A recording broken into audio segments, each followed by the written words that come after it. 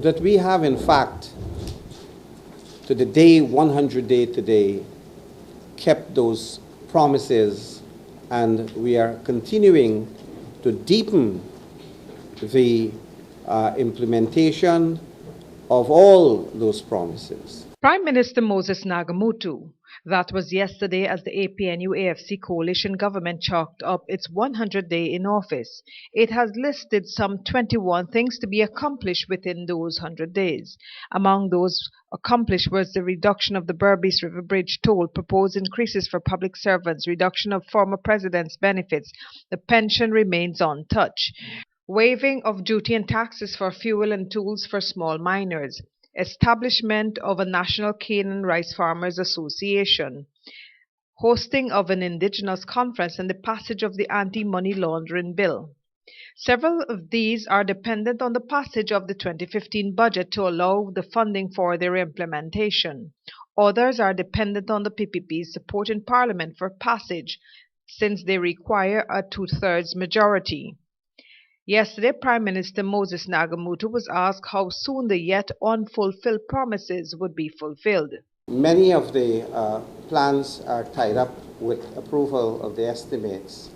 And in regards to one or two of the areas, although you didn't mention them, we would seek to work out the lines of cooperation with the opposition to deal with issues like the Procurement Commission and also the issue of how to proceed in the future with the constitutional reform process. So I cannot now give you a time frame in terms of days and weeks, but it is going to be a dynamic process that we intend to pursue all the plans on which we have embarked upon, whether partially fulfilled or in work in progress. We're going to be pursuing them diligently.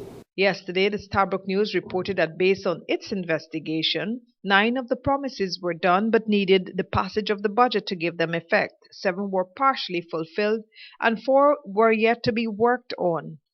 Today, the government in a newspaper advertisement claims that 13 of the promises were fulfilled, 7 are being worked on, and 1 to be done is the National Conference on Women. Those currently being worked on are investigating corruption, establishing the passport offices in Berbice, Linden, and Essequibo, the National Youth Policy, the Task Force on Crime and Security, the liberalization of the ITC sector, and a long-term economic plan, as well as the Procurement Commission. But the PPP stated that by its count of the 21 promises, 7 were to be delivered via the budget, 8 were in progress, 4 are in advanced progress, while 2 are partially done. The PPP General Secretary Clement Rohi said in his estimation, none of the actions contemplated have been fully implemented save for the holding of 2 conferences which Rohi described as talk shops and 2 pieces of what he calls questionable legislation. These, he said, would not bring about any immediate relief to the suffering and hard-working Guyanese. In fact, Rohi called the claims by Minister Joseph Harmon that his government deserved an A grade for delivery of the 100-day promises a ludicrous and presumptuous statement. Reporting for Prime News, Julia Johnson.